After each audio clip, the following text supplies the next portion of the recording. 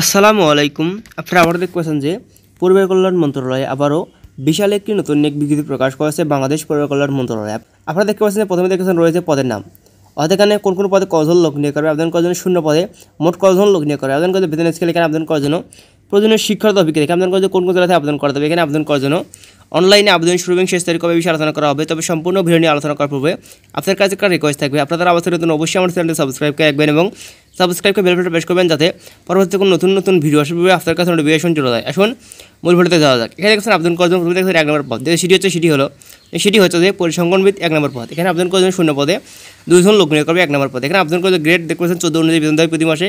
এখানে চাকরিরত অবস্থায় আবেদন করার পর তারপর এখানে বলা যায় আবেদন করার জন্য কোনো শিক্ষিত বিশ্ববিদ্যালয় হতে পরিসংখ্যান, অর্থনীতি, গণিত বিষয়ে অবশ্যই আপনাকে সমস্ত ডিগ্রি পাস থাকলে তাহলে আবেদন করা যাবে 1 নম্বর পদে। এখানে অবশ্যই আপনাকে ডিগ্রি পাস থাকলে এখানে আবেদন করা যাবে 1 নম্বর পদে। এখানে আবেদন করার জন্য কম্পিউটার চালায় দক্ষতা হবে তাহলে শুধু আবেদন করা যাবে 1 নম্বর পদে। এখানে আবেদন করার জন্য তারপর এখানে রয়েছে 2 নম্বর পদ, সেটি হচ্ছে স্টোর কিপার। এখানে শূন্য পদে 5 জন লোক নিয়োগ করবে 2 নম্বর পদে। এখানে আবেদন করে গ্রেড 16 অনুযায়ী বেতন দেবে প্রতি মাসে চাকরিরত অবস্থায় এই 2 নম্বর পদে। তারপর দেখতে বলা হচ্ছে আবেদন করার জন্য কোনো শিক্ষিত বোর্ডে অবশ্যই আপনাকে উচ্চ মাধ্যমিক পাশ করলে এখানে আবেদন করা যাবে। এখানে অবশ্যই আপনাকে এইচএসসি পাস করলে এই 2 নম্বর পদে আবেদন করা যাবে। এবং তারপর দেখছেন বলা হয়েছে এখানে আবেদন করার জন্য স্টোর কিপার পদধারীগণকে সরকারি বিধি অনুযায়ী জামানত প্রদান করতে হবে তাহলে শুধু আবেদন করা যাবে এই 2 নম্বর পদে। তারপর এখন রয়েছে 3 নম্বর পদে, সেটি হলো অফিস সহকারী কাম কম্পিউটার মধ্যক্ষণিক। এখানে শূন্য পদে 3 জন লোক নিয়োগ করবে এই 3 নম্বর পদে। এখানে আবেদন করার জন্য গ্রেড 16 অনুযায়ী বেতন দেবে প্রতি মাসে চাকরিরত অবস্থায় এই 3 নম্বর পদে। এখানে আবেদন করার জন্য কোনো শিক্ষিত বোর্ড হতে অবশ্যই আপনাকে এইচএসসি পাস করতে হবে তাহলে শুধু এখানে আবেদন করা যাবে 3 নম্বর পদে। এবং তারপরে দেখছেন বলা হয়েছে আবেদন করার জন্য এখানে কম্পিউটার চালানোর দক্ষতা হতে হবে এবং দেখছেন কম্পিউটার ব্যবহারের ক্ষেত্রে এবং word processing, data entry, control typing ইত্যাদি সর্বনিম্ন গতি দেখছেন প্রতি মিনিটে বাংলা 20 শব্দ এবং ইংরেজিতে 20 শব্দ গতি থাকতে হবে তাহলে শুধু আবেদন করা যাবে এই 3 নম্বর পদে।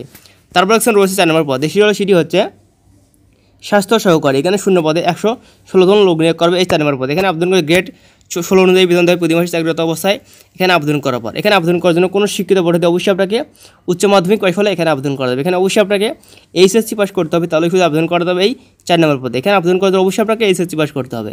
তারপর রয়েছে 5 নম্বর পদ, সেটি হচ্ছে ড্রাইভার। এখানে শূন্য পদে 1 জন লোক নিয়োগ করবে 5 নম্বর পদে। এখানে আবেদন করার জন্য গ্রেড 16 অনুযায়ী বেতন দেবে প্রতি মাসে চাকরিরত অবস্থায় এই 5 নম্বর পদে। এখানে আবেদন করার জন্য কোনো শিক্ষিত বোর্ড হতে অবশ্যই আপনাকে জুনিয়র স্কুল পাস হলে এখানে আবেদন করা যাবে। এখানে অবশ্যই আপনাকে জিএসসি অষ্টম শ্রেণী পাস করলে এখানে আবেদন করা যাবে 5 নম্বর পদে। এখানে আবেদন করার জন্য অবশ্যই আপনাকে লাইসেন্স প্রাপ্ত হতে হবে তাহলে শুধু আবেদন করা যাবে এবং অভিজ্ঞতা সম্পূর্ণ চালকগণ এখানে অগ্রাধিকার পাবেন আবেদন করার জন্য এই 5 নম্বর পদে।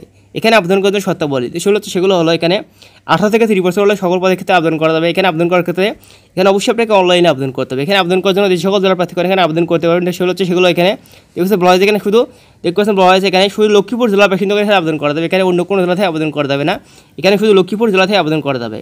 এখানে আবেদন করার জন্য দেখতে অনলাইনে আবেদন শুরু এবং শেষ তারিখ সেটি হচ্ছে যে এখানে অনলাইনে আবেদন শুরু সেটি হচ্ছে দেওয়া আছে আপনারা দেখতে পাচ্ছেন সেটি হচ্ছে 22/4/2024 সাল সকাল 10টা হইতে অনলাইনে আবেদন শুরু হবে, আবেদনের শেষ সেটি হচ্ছে 14/5/2024 সাল বিকাল 5টা পর্যন্ত এখানে অনলাইনে আবেদন করা যাবে।